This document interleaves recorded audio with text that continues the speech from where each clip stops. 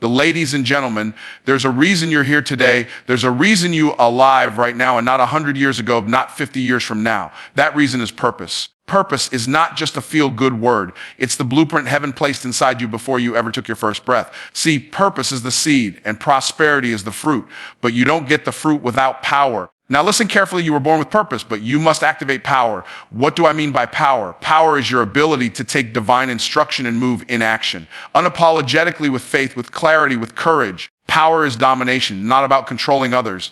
Power is the alignment between your calling and your conviction and your commitment. You cannot walk in prosperity if you are timid with your purpose or lazy with your power. They see some of you keep praying for prosperity, but you're afraid to walk in your purpose. You're waiting on a move of God, and God is waiting on a move of you. Let me break it down for you. You don't get prosperity just by hustling. You don't get prosperity by wishing or scrolling or talking about what you're going to do. You get prosperity by knowing your purpose, stepping into your power, and executing with precision. Purpose is the seed, prosperity is the fruit. That truth is found in understanding not just success in life, but divine alignment. You cannot expect a harvest where no seed has been planted. In the same way, you cannot expect to prosper in any area of life, financially, emotionally, spiritually, or relationally, if you are not routed in purpose. Purpose is not a buzzword. It is the original intent for which something was created. A chair has purpose. A phone has purpose. You were designed with a purpose by the Creator, and that purpose is the origin of all the fruit you are meant to produce. A seed does not look like the tree it becomes.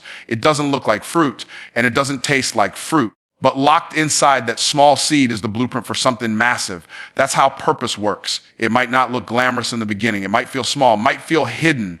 You might even think it's insignificant. But if you treat it with care, if you cultivate it, water it, and protect it from weeds and distractions, then that seed of purpose will grow. And from it, prosperity will emerge. Prosperity is not just financial wealth. It includes that, but it's also health, peace of mind, healthy relationships, the ability to create, to serve, to lead, and to walk in freedom. You cannot walk in that kind of prosperity if you're disconnected from your original purpose. When someone tries to live a prosperous life without understanding their purpose, it's like trying to grow fruit without soil. Yeah. It may look like something's happening for a while, but it's unsustainable. Eventually, it collapses.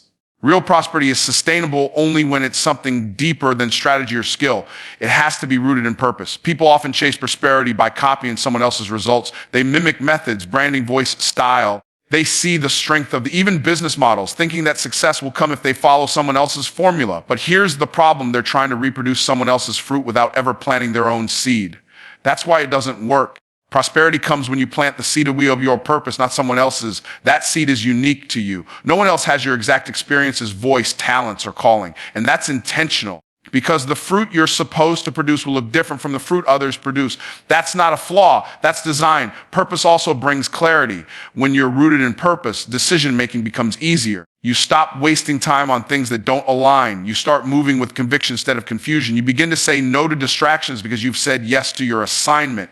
And that alignment sets the stage for acceleration. Things that used to take years start to happen in months. Doors begin to open that were previously closed. Resources find you. People are drawn to you, not because you're chasing prosperity, but because you're standing in purpose. The thing about a seed is that it doesn't sprout the moment there's a waiting period, a silent season, a time when it looks like nothing is happening. That's where many people give up. They want fruit without the hidden process. They want visible success without private obedience. But purpose must be planted before it's seen. It must grow downward before it grows upward. Roots come before results.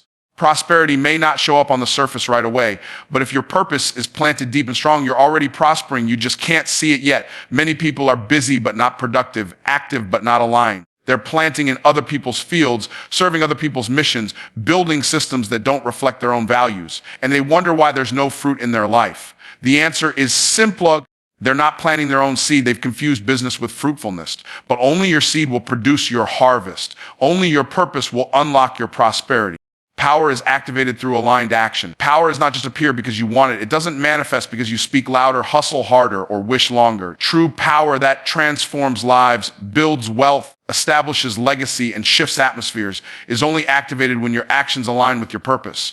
You can have all the potential in the world, but if your actions are out of alignment with your assignment, your power remains dormant. Power is not in the idea alone. It is in the execution of the idea with clarity, integrity, and obedience to the calling you were designed to fulfill. Alignment means agreement. It means that your thoughts, your words, your plans, and your behaviors are in agreement with your purpose. A car can have a powerful engine, a full tank of fuel, and the best tires money can buy, but if the wheels are out of alignment, that car won't go far. It will drift. It will wear down faster. It may crash. That's how a lot of people live, full of potential, full of talent, but out of alignment. They're taking action, but not aligned action. And as a result, they're moving, but not progressing. They're active, but they're not powerful. Aligned action begins with clarity of purpose. When you know why you're here and what you've been assigned to do, then your actions can become intentional. You stop reacting and start building. You stop copying and start creating. You stop trying to fit in and start standing out. Alignment causes everything else to follow your direction. Your energy, your resources, your focus. When your actions are aligned with purpose, they see the strength that they compound. Small steps taken in alignment can produce exponential results. Because now you're not just working hard, you're working right. You're not just busy, you're building with strategy and authority. This is why discipline matters. Discipline is the ability to stay consistent with aligned action even when motivation fades. You don't need hype when you're aligned. You don't applause. You don't need validation. They see the strength because you know you're walking in purpose. That's where power lies. Power shows up in quiet consistency, not just loud ambition. It's in the daily repeated aligned actions that compound over time and open doors others can't explain. People will think it's luck or favor or timing, but what they don't see is the alignment behind the outcome. Another key to activating power through aligned action: integrity. You cannot be powerful and out of integrity. You can't fake alignment. You might get attention temporarily, but lasting power requires authenticity. That means your public moves match your private principles. It means you're not just performing success, you're embodying it from the inside out. When you move in integrity, you move with authority. People can feel it. Opportunities respond to it. You become manic not because of manipulation, but because of mastery. Aligned action also requires obedience. That word makes some people uncomfortable, but obedience is not weakness. It's actually one of the greatest expressions of power. When you obey divine instruction, when you move in the direction you're called, even before everything makes sense, then heaven backs you. Provision follows. Alignment brings acceleration, but obedience must be complete. Partial obedience is still disobedience. Delayed obedience is still disobedience. Power is not just about doing something. It's about doing the right thing at the right time for the right reason. There's a difference between effort and effectiveness. Some people are working harder than they've ever worked and still feel stuck, not because they lack power, but because their actions are not aligned. They're chasing outcomes instead of following order. They're chasing money instead of fulfilling mission. They're in motion but out of position. And that's why the breakthrough doesn't come. The breakthrough is reserved for those who align. When you step into the assignment designed for you and take consistent, focused, obedient action toward it, power becomes your byproduct. Delayed obedience is disobedience. It's not just a matter of timing, it's a matter of alignment and authority. When an instruction is given, whether it's divine, internal, or strategic, your response time reflects the level of your trust, your submission, and your maturity. Many people think that putting off action until later still counts as obedience, but in truth, when you delay the execution of what you've been called to do, you are stepping out of order. Timing matters in the realm of purpose. Timing is not arbitrary. There are doors that are open now that will not be open later. There are windows of opportunity that are sensitive to your immediate response. When you delay, you miss alignment. And when you miss alignment, you forfeit access. Obedience is not just about doing the right thing. It's about doing the right thing when it's required. When your assignment demands action and you hesitate, you give room for doubt, fear, distraction, and even disqualification. The delay creates space for your argue with your spirit. It gives fear a platform to grow louder than faith. Delayed obedience often becomes negotiation. You start rationalizing, justifying, or postponing was meant to be a clear and immediate yes. And in that process, you lose momentum, clarity, and spiritual covering. Disobedience doesn't always show up in rebellion. Sometimes it wears the disguise of hesitation. Many people are asking for breakthrough while ignoring the last instruction they were given. They want the next step without finishing the previous one. But divine order does not work that way. Advancement follows obedience. Increase follows action. Expansion follows faithfulness. If you have not moved on what you already know to do, why would more be entrusted to you? You don't get to pray your way around instruction.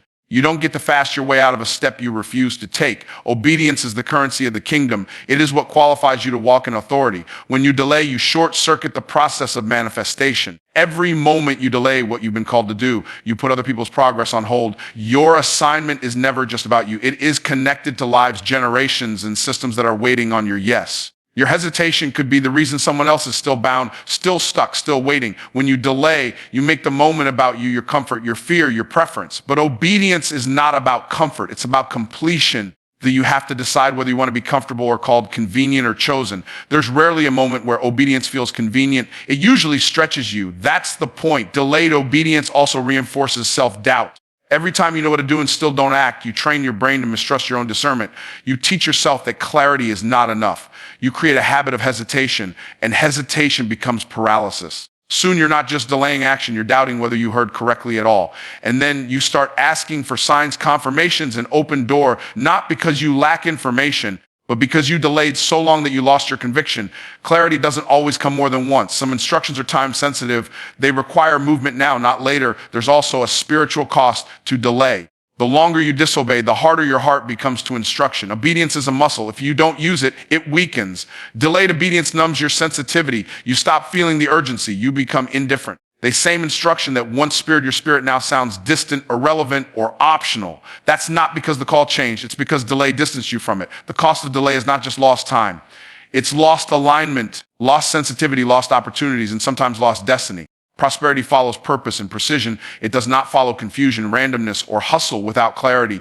When people chase prosperity without anchoring themselves in purpose, they often find themselves working harder, burning out faster, and still falling short of the breakthrough they desire. Prosperity is not the result of business. It's the outcome of alignment and execution. Purpose gives you the why, and precision gives you the how.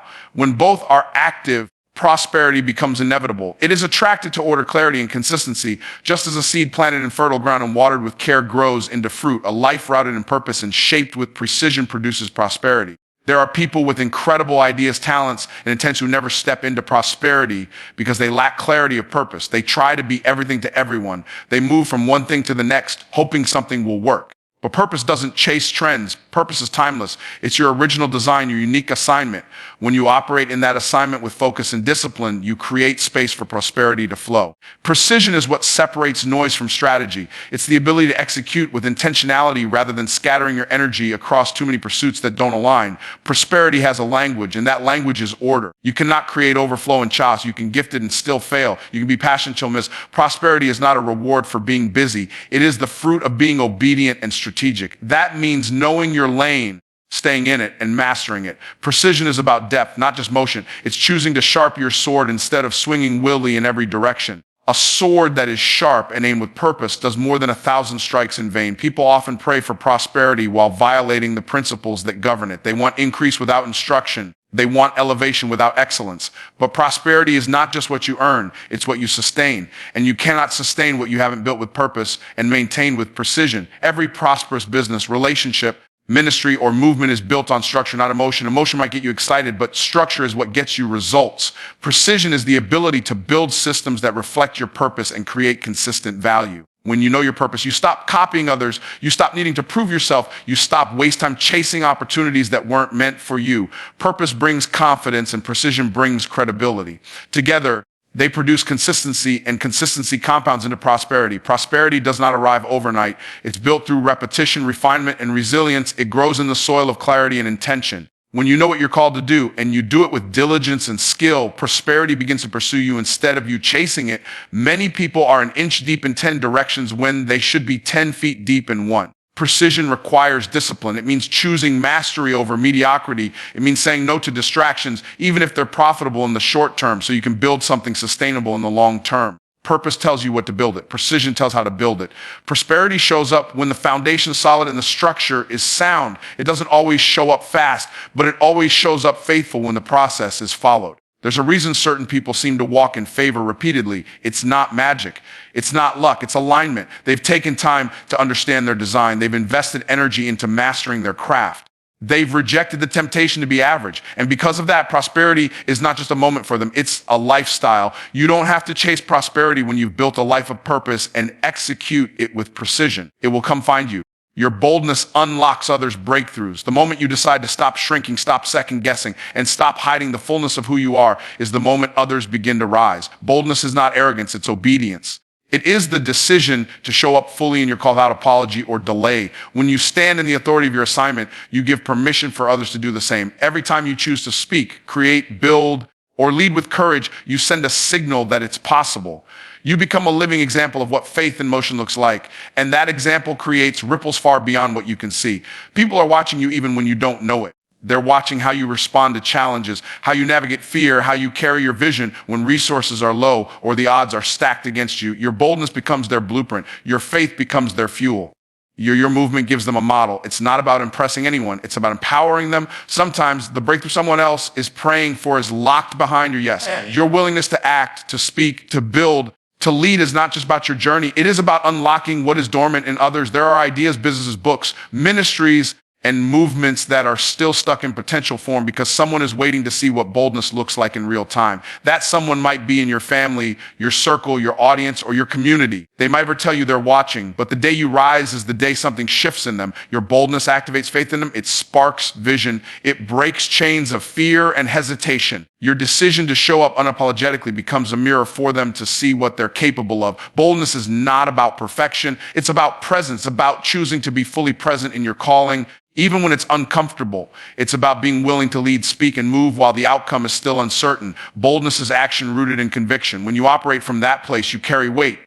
You carry authority. People feel it when you walk in a room. They hear it in your voice. They sense it in your presence. And that energy, born from bold alignment, has the power to unlock doors, stir hearts, and release freedom. In every generation, there are people who are assigned to be examples, not because they are better, but because they are willing to be seen, willing to take risks, willing to be misunderstood. That willingness becomes a light in dark places. There are people trapped in fear, silence, and small thinking who are waiting for someone to go first. They don't need more information, they need demonstration. Boldness is that demonstration. They shows what is possible when purpose and courage collide. Sometimes we underestimate the impact of our obedience. We think we're just launching a business, starting a podcast, writing a book, building a brand. But in reality, we're breaking generational patterns, restoring hope, creating jobs, shifting atmospheres. We're doing in the physical what has already been approved in the spiritual. Boldness is the bridge between vision and manifestation. It takes what exists in your mind and heart and brings it into the world where others can see it, learn from it, and be transformed by it. There are moments when boldness feels costly, when speaking up risks rejection, when taking a stand risks criticism, when showing up fully could make you a target. But in those moments, remember that your breakthrough is not the only one at stake. There are lives tied to your voice. There are destinies connected to your decisions. Your refusal to play small could be the very thing that sets someone else free. When you move with boldness, you shift what's possible for everyone watching. You lift the standard. You break ceilings. You create new levels of expectation. Boldness is not just for you. It is for the people your life is meant to impact. Don't chase money, chase mastery. Money is a byproduct, not a purpose. When you make it your primary pursuit, you build unstable ground. Money can come and go. Markets can shift, industries can evolve, but mastery stays with you. Mastery is the refinement of skill, the deep understanding of your craft, the commitment to excellence regardless of external rewards. When you become exceptional at what you do, compensation becomes inevitable. The problem is most people want the reward without the refinement. They want income without instruction, profit without process, but it doesn't work that way. Lasting success is reserved for those who choose to go deep. They see the strength of it. Chasing money puts you in a position of reaction. Trends jump from one opportunity to the next, constantly adjusting your identity based on what seems profitable at the moment. You dilute your gift to fit a formula. But chasing mastery puts you in a position of power. You're not reacting to the market. You're shaping it. You're not seeking permission. You're setting standards. Mastery means you know your lane and you dominate with discipline, creativity, and consistency. It means you stay long enough to become great even when the results are not instant. When you chase money, your decisions become transactional. You do things only for the check and your vision becomes short-term. But when you chase mastery, your decisions become transformational. You do things with excellence, with purpose, with a long game perspective. You start thinking about legacy, not just luxury. You focus on impact, not just income. And the irony is that this very focus attracts more income. The world rewards mastery. People will pay more for precision, for depth, for excellence. In every field, the top few earn exponentially more than the rest, not because they're chasing money, but because they've chosen to master something few are willing to study deeply. Mastery also brings confidence. When you know what you're doing at a high level, you don't fear competition. You don't underprice your value. You don't need to convince people. You demonstrate your work speaks for itself. People sense the difference. There's an authority that comes with mastery that cannot be faked. It's not about pretending to know more than you do. It's about putting in the hours, the practice, the repetition until excellence becomes your default. That level of commitment creates distinction, and distinction draws resources. The pursuit of mastery requires patience. It's not glamorous. It's often repetitive. It's filled with trial and error correction, adjustment, learning, and more learning. Many people abandon mastery too early because it doesn't feel fast enough. They want shortcuts. They chase hacks, trends, and temporary wins. But those who endure the process of mastery gain something far more valuable than money. They gain credibility, influence, and sustainability. Mastery builds a foundation that money alone cannot provide. When you chase money, You can be easily manipulated. Someone offers more and you switch. Someone waves a paycheck and you compromise. But when you chase mastery, you can walk away from things that don't align. You're not desperate. They see the strength because you know your value doesn't come from the opportunity. It comes from the excellence you carry. You attract what you've prepared for. If you prepare for mastery, opportunities chase you instead of you chasing them. Mastery is also a form of stewardship. If you've been given a gift, a skill, or an assignment, your job is not just to use it. It's to refine it, to multiply it, to make it more impactful. That is how you honor the calling on your life. Mastery is not about perfection. It's about progress. It's about choosing to get better every day, to raise the bar, to invest in growth even when no one's watching. When you live at that level, money becomes a servant, not a master. It follows the excellence you produce. It becomes a reflection of the value you've created through focus, discipline, and integrity.